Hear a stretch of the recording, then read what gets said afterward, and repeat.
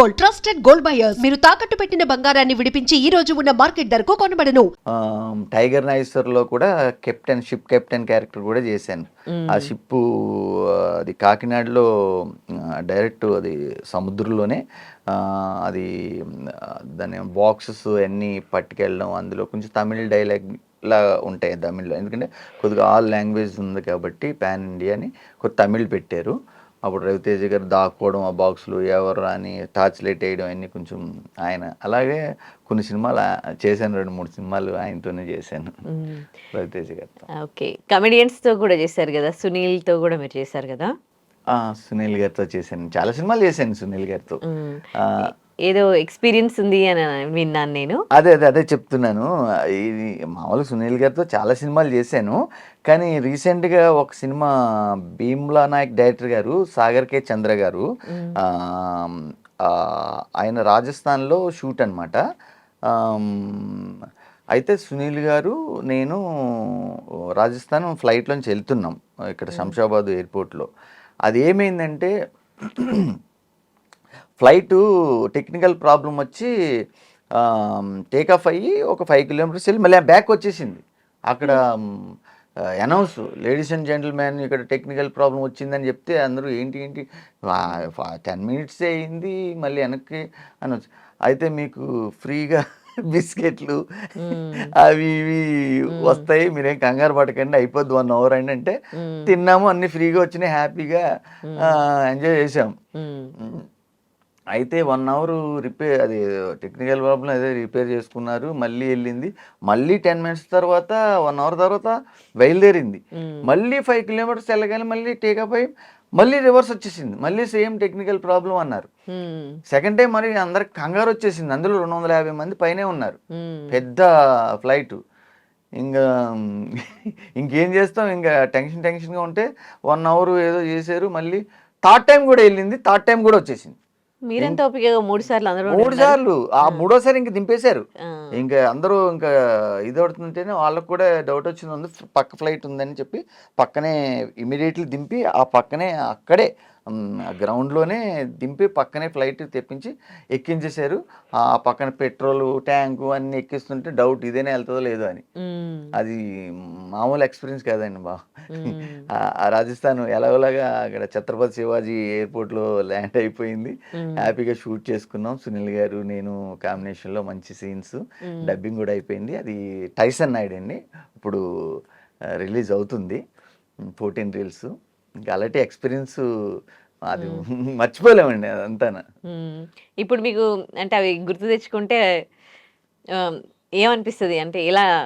అది మనమేనా చేసింది, అంత దూరం వెళ్ళాము, మనమేనా ఆ ఫ్లైట్ 3 సార్లు క్రాష్ అవ్వకుండా ఏమవుకుండా మనం బతికి బయటపడ్డామని కొంచెం థ్రిల్లింగ్ ఉంటుంది, కొంచెం భయం ఉంటుంది, అన్నట్టు ఉంటుంది. ఇప్పుడు రిలీజ్ కూడా ఉంది, అది ఎలా వచ్చిందని నాకు కూడా చూడలేదు కదా, చూడాలి కదా అది. ఓకే, ఇప్పుడు సీరియల్స్లో నటించాలి అని అనిపించలేదా మీకు? ఎందుకంటే సినిమాల్లో చేసేవాళ్ళు మెల్లిమెల్లిగా సీరియల్ సైడ్ వస్తూ ఉంటారు, టీవీ సీరియల్స్. నేను ఫస్టే మ్యూజిక్ చెప్పాను ఇంటర్నేషనల్ టీచర్ అని, అలా వచ్చినప్పుడు వీటికే టైం సరిపోయేది. అందువల్ల నేను ఎక్కువ మూవీసే చేసి ఇంకా ఈ టీచింగ్ కొంచెం పక్కన పెట్టాను. అయితే ఇప్పుడు వెబ్ సిరీస్ వస్తున్నాయి కదండి ఓటీటీలు, ఆ ఓటీటీలో చాలా వ్యవస్థ అని హెబ్బా పెట్టేల్ గారు, నెక్స్ట్ మిర్చి విలన్ గారు కాంబినేషన్లో లీడు, కార్తిక రత్నం అని హీరో, అది కంచరపాలెం హీరో, ఆయన కాంబినేషన్లో ఒక 12 సీన్లు అన్నీ, అది లీడ్ క్యారెక్టర్ అదొకటి 9 అవర్స్ అని. నెక్స్ట్ ఏమో అరేబియన్ కడల్ అని ఎస్ఏ క్యారెక్టర్, క్రిష్ గారు ప్రొడ్యూసరు, అది. నెక్స్ట్ మొన్న సాంప్రదాయాన్ని సుప్ని శుద్ధపోసని, అది కూడా ఈటీవీ విన్లో వస్తుంది, ఆల్రెడీ స్ట్రీమింగ్లో ఉంది, అందులో కూడా మంచి కామెడీ క్యారెక్టర్ చేశానండి. ఇంకా ఇప్పుడు అదే అవి చేస్తున్నానండి మామూలు ఒకటి, అప్పుడు అలా అయింది, ఇప్పుడు ఇలా చేస్తున్నాను. ఎప్పుడైనా అనిపించిందా ఎందుకు వచ్చాము, ఏదో లైఫ్ నడుస్తుందా అన్నట్టు నడుస్తుంది, ఇంకా ఇక్కడికి రాకుండా ఉంటే ఇంకా బాగుండేది అని ఎప్పుడైనా అనిపించిందా మీకు? మనకి ఇష్టమైంది కదండి ఇది, మనకి అనిపించదు, ఇంక ఇష్టమైంది ఇంకా మనకు అనిపించదు. ఇప్పుడు నచ్చిన పని చేస్తే ఎన్ని సంవత్సరాలైనా ఏదైనా సరే మనం అనుకున్నది చేస్తున్నామని హ్యాపీగా ఉంటుంది. అది మనం మనం వచ్చిన వెంటనే మనం బిర్యానీ తినక్కర్లేదు, ఏం అక్కర్లేదు. మనం చారన్నం తిన్నా, పచ్చడి నంచుకొని చారన్నం తిన్నా, ఆవకాయ నంచుకొని తిన్నా హ్యాపీగానే ఉంటుంది ఫస్ట్లో. ఇప్పుడు మంచి వేషాలు కొద్దిగా వస్తున్నాయి. మన ఎక్స్పీరియన్స్ బట్టి, మన సర్కిల్ని బట్టే పెరుగుతుంది కదండి. అలా ఎప్పుడూ లేదు. మనం కష్టపడాలి. వచ్చిన వెంటనే మనం అయిపోవాలని చేయొద్దు. అది నాకు అది లేదు. కష్టపడితేనే వస్తుంది. ఎవరైనా ఏ ఫీల్డ్లో అయినా కష్టపడాలి, టైం తీసుకోవాలి. అది నాకు బాగా తెలుసు. అందుకనే నేను అలా ఉన్నాను. ఓకే. సో అంటే ఎట్లా మరి ఈ ఇల్లు మేనేజ్ చేయడము అంటే అంతా సరిపోతుందా? ఇక్కడ ఫైనాన్షియల్‌గా మీరు దీంట్లో గ్రోత్ ఉంది అని అనుకోవచ్చు. ఇప్పుడు వేరే ఆర్టిస్టులు ఇందులోకి వస్తారు అని అంటే వాళ్ళకి మీరు ఇందులోకి రండి అని సజెషన్ ఇవ్వగలరా? అదే ఇందాక చెప్పాను కదండి. హ్మ్. ఇప్పుడు ఏదైనా తల్లిదండ్రులకి ప్రాబ్లం లేకుండా వాళ్ళకి ఏదైనా చూపించి మనం ఇక్కడికి వస్తే పర్వాలేదు. లేదంటే కొంచెం ఇంట్లో ఫైనాన్స్ ప్రాబ్లం ఉందంటే అదే అదే. కొంచెం బాగుంది అనుకుంటే హ్మ్. మనం అదే. వచ్చినా పర్లేదు. వాళ్ళని అక్కడ వదిలేసి ఇక్కడికి వచ్చి టైం వేస్ట్ చేసుకొని వాళ్ళని ప్రాబ్లం బట్టి మీ ప్రాబ్లం మీరు ప్రాబ్లం పడి ఇదంతా ఇదవుతుంది. అందుకని జాగ్రత్తగా చూసుకొని రావద్దని అంటలేవు. అదే. రావాలంటే ఖచ్చితంగా టైం స్పెండ్ చేయాలి. మీకు వెంటనే రాగానే ఇక్కడ దండేసేసి రెడ్డి అని ఎవరో బొట్టు పెట్టి ఏం చెప్పరు. అవకాశాల కష్టపడాలి. కోసం మీరు అడగాలా? లేకపోతే ఇప్పుడు మీరు మా లైఫ్ మెంబర్ గదా! హ్మ్. ఏవైనా ఉంటే వాళ్ళే జెప్తారా? వాళ్ళని రిక్వెస్ట్ చేసుకోవాలి. ఇవి గూడా వింటూ అది ఉంటాం ఓన్లీ కదా! మా మెంబరే అండి అంతే. యూనియన్ కార్డ్ ఒకటుంటుంది గదా! ఉంటది. నేను మా మెంబర్‌నే అండి ఆల్రెడీ. ఆ! నేను మా మెంబర్‌నే నేను ఆల్రెడీ. మూవీ ఆర్టిస్ట్ అసోసియేషన్‌కి నేను ఒక మెంబర్‌ని. లైఫ్ మెంబర్‌ని. కానీ వాళ్ళు ఏంటంటే ఓన్లీ జస్ట్ ఇన్సూరెన్స్ అవి ఇవి ఇస్తారు తప్ప వేషాలేమి ఇవ్వరు. మనమే సంపాదించుకోవాలి మన టాలెంట్‌ని బట్టి. మనం ఆఫీసులకి, ప్రొడక్షన్ ఆఫీస్‌కి ఆటిలకి వెళ్ళి మన సర్కిల్, మన పని, మనం చేసిన సినిమాలు, మన ఎక్స్‌పీరియన్స్‌ని బట్టి, ఆడిషన్ బట్టి ఇలా వస్తూ ఉంటాయి. కాదు మీ అందరికీ కూడా సినిమా ఇండస్ట్రీ వాళ్ళకి ఒక కార్డ్ ఉంటుంది గదా! ఆ! సో, దాంట్లో మెంబర్ అయితే హ్మ్. ఏవైనా ఇట్లా షూట్స్ ఏవైనా ఉన్నప్పుడు అదే సినిమాకి సంబంధించిన వాళ్ళు వాళ్ళని అప్రోచ్ అవుతారు. వాళ్ళు మీకు గదా చెప్తారు. లేదు లేదండి. హ్మ్.